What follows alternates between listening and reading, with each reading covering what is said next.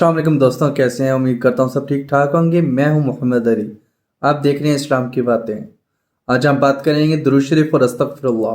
درود شریف پڑھنے والے کا انتخاب آسمانوں پر ہوتا ہے۔ یہ فیصلہ اللہ تعالیٰ کرتے ہیں کہ کون میرے محبوب پر درود پڑھے گا، کون نہیں، کیونکہ انسان کبھی بھی خود سے درود نہیں پڑھ سکتا۔ یہ تو اللہ تعالیٰ جسے توفیق دیتے وہی پڑھتا ہے۔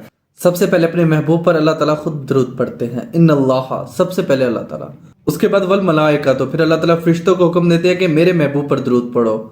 اس کے بعد اللہ تعالیٰ جسے چنے، اس دنیا میں جس کو مرضی چنے کہ میرے محبوب پر درود پڑھو۔ اگر اللہ تعالیٰ نے آپ کو چنا ہے تو بہت خوش قسمت انسان ہے۔ ایک پل کو سوچے تو صحیح کہ اللہ تعالیٰ نے آپ کو چنا ہے کہ اس کے محبوب پر درود پڑھو۔ میری نظر میں یہ بات کم نہیں ہے۔ ہمیں تو اللہ تعالیٰ کا شکر ادا کرنا چاہیے، لاکھوں دفعہ شکر ادا کرنا چاہیے، سجدے سے سر نہیں اٹھانا چاہیے کہ ہمارے اللہ نے ہمیں چنا ہے کہ ہم اس کے محبوب پر درود پڑھیں، کہ اللہ تعالیٰ نے ہم پہ نظر و کرم کی ہے، ہم اس قابل سمجھا کہ ہم اس کے محبوب پر درود پڑھیں۔ جتنا ہو سکے کثرت سے درود شریف پڑھا کریں۔ دنیا میں لاکھوں ساتھی ہوں گے ہمارے، لیکن قبر کا ساتھی کوئی نہیں ہوگا۔ قربان جاؤں میں درود شریف پر۔ یہ ایک ایسا دوست ہے جو دنیا میں بھی دوستی نبھاتا ہے، قبر میں بھی، پل صراط میں بھی، حشر میں بھی اور جنت میں بھی، ہر جگہ دوستی نبھاتا ہے۔ درود شریف کو اپنی زندگی کا حصہ بنا لیں، پھر دیکھیے گا آپ کی جتنے بھی مسائل ہیں، پریشانیاں ہیں، تکلیفیں ہیں، ڈپریشن کا شکار ہیں، کچھ بھی ہے، دیکھیں سب حل ہو جائے گا۔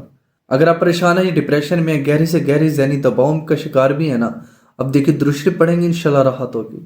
آپ کو ایسا سکون میسر ہوگا جیسے آپ کو کوئی تکلیف تھی ہی نہیں۔ اگر کوئی بیمار ہے، کچھ بھی ہے، کثرت سے درود شریف پڑھو۔ اس دور میں لاکھوں دکھ ہیں، لاکھوں پریشانیاں، مسئلے مسائل، تمام کال درود اور استغفر اللہ میں ہے۔ استغفر اللہ میں وہ طاقت ہے کہ بدبخت کو بھی بخت کر دے۔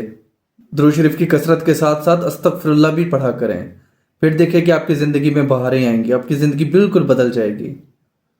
اللہ تعالیٰ ہمیں عمل کرنے کی توفیق عطا فرمائے۔ جزاک اللہ۔